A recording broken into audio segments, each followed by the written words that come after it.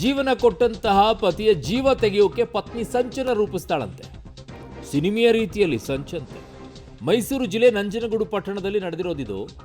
ಸಹೋದರನ ಸಹಾಯದಿಂದ ಪತಿ ಹತ್ಯೆಗೆ ಮುಂದಾಗಿದ್ದಂತೆ. ಅಂಥದ್ದು ಏನಪ್ಪ ಮಾಡಿದ್ದ ಅವನು? ಆರೋಪಿ ಸಂಗೀತ ಸೇರಿ 4 ಈಗ ಪೊಲೀಸರು ಬಂಧಿಸಿದ್ದಾರೆ.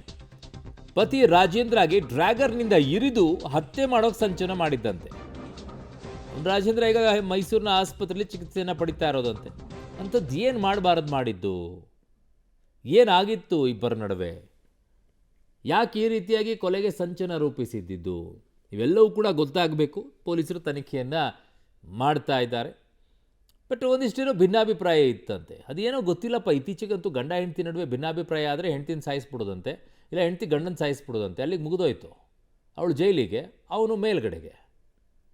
ಅದರ ಬದಲಾಗಿ ಬೇರೆ ಬೇರೆ ಇರ್ರಿ, ನಿಮ್ಮ ಜೀವನ ನೀವು ನೋಡ್ಕೊಳ್ಳಿ, ಅವನ ಜೀವನ ಅವ್ನು ನೋಡ್ಕೊಳ್ಳೋದು. ಸಾಯಿಸೋದೇನಿದೆ ಅದರಲ್ಲಿ? ದಾಂಪತ್ಯದಲ್ಲಿ ರಾಜೇಂದ್ರ ಮತ್ತು ಸಂಗೀತ ನಡುವೆ ಭಿನ್ನಾಭಿಪ್ರಾಯ ಇತ್ತಂತೆ. ಯಾರ ನಡುವೆ ಇರೋದಿಲ್ಲ? ಅದನ್ನು ಹೊಂದಾಣಿಕೆ ಮಾಡ್ಕೊಂಡು ಹೋಗೋಕ್ಕೇನೆ ಮದುವೆ ಅನ್ನೋ ಬಾಂಧವ್ಯದಲ್ಲಿ ಮೇಲೆ ಇಡೋದಲ್ವಾ? ಕೌಟುಂಬಿಕ ಕಲಹದ ಹಿನ್ನೆಲೆಯಲ್ಲಿ ಇಬ್ಬರ ನಡುವೆ ಕಲಹ ಶುರುವಾಗಿತ್ತಂತೆ. ಅಕ್ಟೋಬರ್ 25ರಂದು ಪತಿಯ ಹತ್ಯೆಗೆ ಸಂಚು ರೂಪಿಸ್ತಾಳಂತೆ ಅವಳು. ರಾಜೇಂದ್ರ ಸಂಗೀತ ಸ್ಕೂಟರ್ನಲ್ಲಿ ತೆರಳುತ್ತಾ ಇದ್ದಾಗ ಅಪಘಾತದ ರೀತಿಯಲ್ಲಿ ನಾಟಕ ಮಾಡೋದಂತೆ.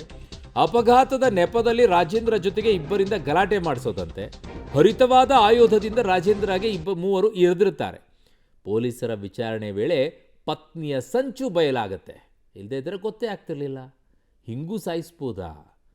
ಹೋಗ್ಬಿಟ್ಟು ಆಕ್ಸಿಡೆಂಟ್ ಆದಂಗೆ ಮಾಡಿ ಗಂಡ ಕೆಳಗಡೆಗೆ ಬಿದ್ದು ಇನ್ನಿಬ್ಬರು ಬಂದುಬಿಟ್ಟು ಗಲಾಟೆ ಮಾಡಿ ಚಾಕು ತೊಗೊಂಡು ಇರಿದ್ಬಿಟ್ಟು ಓಹ್ ನಂದು ಏನೂ ಇಲ್ಲ ಅಂತಂದರೆ ಮಳ್ಳಿ ನಿಂದೇ ಪಾತ್ರ ಅಂತೇಳಿ ಅವರೇ ಒಪ್ಕೊಂಡಿದ್ದಾರೆ. ಈಗ ಯಾರನ್ನ ಚಾಕು ತೊಗೊಂಡು ಹಿರಿಯಕ್ಕೆ ಕಳಿಸಿದ್ಯಲ್ಲ ಅವರೇ ಒಪ್ಕೊಂಡಿದ್ದಾರೆ.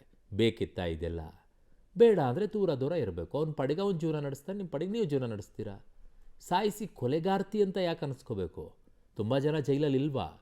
ಏನೇನೇನೇನೋ ದೊಡ್ಡ ಕನಸುಗಳನ್ನ ಇಟ್ಕೊಂಡು ದೊಡ್ಡವರು ಅನ್ನಿಸ್ಕೊಂಡಿರೋಲ್ಲ ಇಲ್ವಾ? ಅದು ಕಣ್ಣಿಗೆ ಕಾಣಿಸಲ್ವಾ ನಿಮಗೆಲ್ಲ? ಅಯ್ಯೋ, ಇನ್ನೇನೇನು ಎಕ್ಸಾಂಪಲ್ಸ್ಗಳು ಬೇಕೋ ನಿಮಗೆಲ್ಲ?